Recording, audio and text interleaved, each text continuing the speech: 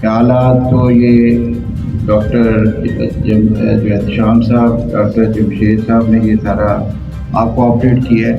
असल कन्वेंशन का मकसद ये है कि ये जितने भी दोस्त सीनियर और दूसरे जो अजीज बड़ी से या बात से हैं, आज हम एक कन्वेंशन में कोई डिसीजन लेना चाहते हैं कि हम फर्दर लाया अमर वाला क्या होगा, क्योंकि जितनी डिवोशन के साथ सरकारी सेटअप में और प्राइवेट सेटअप में लोगों ने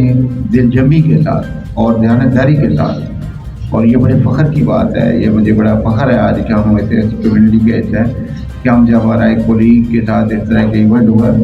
तो वो सारे लोग खड़े हैं उसके साथ। तो ये खड़ा रहना ही हमारी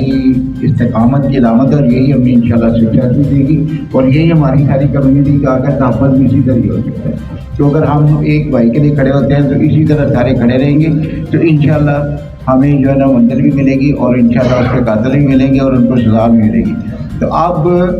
मैं ये गुजारिश करूँगा कि जो स्पीकर जो है ना माइक उनको देते हैं, जो दोस्त राय देते हैं वो अपनी राय देते हैं ताकि फाइनल हम उसको कंक्लूड कर सकें कि हमारा फर्दर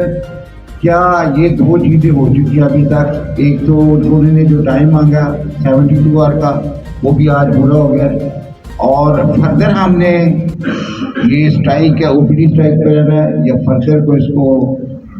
एक्टिवेट करना है, तो इसको सारा अभी इसे करके ताकि एक चीज़ का बड़ा ख्याल है कि ये हमें बड़ा तकलीफ़ होती है जब ये मरीज़ आते हैं, बड़ी बड़ी दूर से आते हैं बेचारे। हमें सबको जितने भी सारे बैठे हैं, कोई अजीज़ बटी में बैठा है या प्राइवेट सेक्टर में बैठा है, तो ये सारे डॉक्टर ना अपने अजीज़ों की तरह उनका इलाज करते हैं। किसी को ये नहीं समझ के करते कि ये मरीज़ के तौर पे आता है और ना ही मैं ये समझता हूँ कि उनके पैसा उनके मतमा नज़र होता है। ये होता है कि उनका एक रिलेशन होता है, बॉन्ड होता है एक, जो पेशेंट और डॉक्टर का, उसको ये बॉन्ड को टूटने नहीं देते। ये एक वजह होती है और कोई वजह नहीं होती कि मैं समझता कि किसी डॉक्टर को बहुत वो रिज़्क और ज़िल्लत सब डॉक्टरों को पता है कि अल्लाह ताला ने सबको देना है, सबको इज़्ज़त भी देता है।